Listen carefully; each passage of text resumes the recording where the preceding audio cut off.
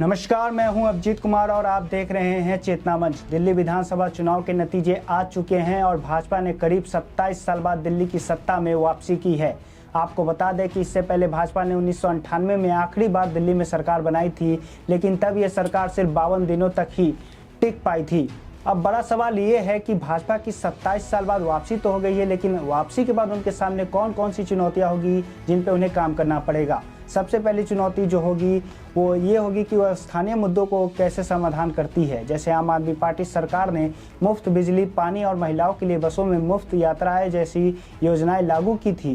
भाजपा सरकार को यह तय करना होगा कि इन योजनाओं को जारी रखा जाए या इनका पूर्ण मूल्यांकन किया जाएगा। दूसरी चुनौती जो होगी शिक्षा और स्वास्थ्य में सुधार से जुड़ी होगी। आम आदमी पार्टी ने शिक्षा और स्वास्थ्य क्षेत्र में मोहल्ला क्लिनिक और सरकारी स्कूलों में सुधार जैसे कदम उठाए थे। वैसे भाजपा सरकार को इन कार्यों को आगे तो बढ़ाना ही होगा, लेकिन इससे जुड़ी नई योजनाओं को भी लाना होगा। तीसरी सबसे बड़ी चुनौती जो होगी वो वायु प्रदूषण और यातायात जाम की होगी। आपको बता दें, दिल्ली में वायु प्रदूषण और यातायात जाम एक बड़ी समस्या है। नई सरकार के लिए एक सबसे बड़ी चुनौती होगी जिसका उन्हें निवारण करना होगा और साथ ही साथ जल्द से जल्द समाधान निकालना होगा।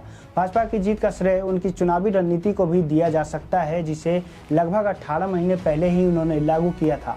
पार्टी ने अरविंद केजरीवाल सहित आम आदमी पार्टी के नेताओं पर भ्रष्टाचार के आरोपों को अपना प्रमुख मुद्दा बनाया। यमुना की सफाई, शराब घोटाले और प्रशासन में पारदर्शिता जैसे विषयों को उछालकर भाजपा ने आम जनता का ध्यान अपनी ओर आकर्षित किया। राष्ट्रीय स्वयंसेवक आरएसएस ने भी इस चुनाव में महत्वपूर्ण भूमिका निभाई।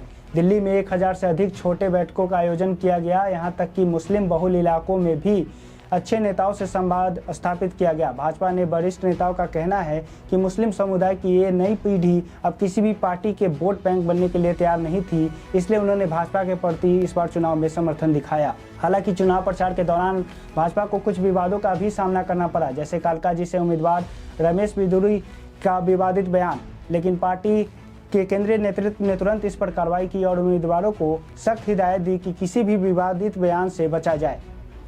इस बीच यमुना प्रदूषण और पूर्वांचली मतदाताओं पर अरविंद केजरीवाल की टिप्पणियां भी भाजपा के लिए एक प्रमुख हथियार बनी।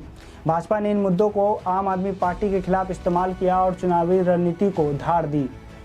अब देखना होगा कि भाजपा दिल्ली में अपनी सरकार को कैसे आगे बढ़ाती है और जनता की अपेक्षाओं पर कितना खरा उतरती है। साथ ही साथ ये भी देखना होगा कि दिल्ली में भाजपा का सीएम फेस कौन होगा। तमाम ऐसी जानकारियों के लिए देखते रहिए चेतना मंच। धन्यवाद।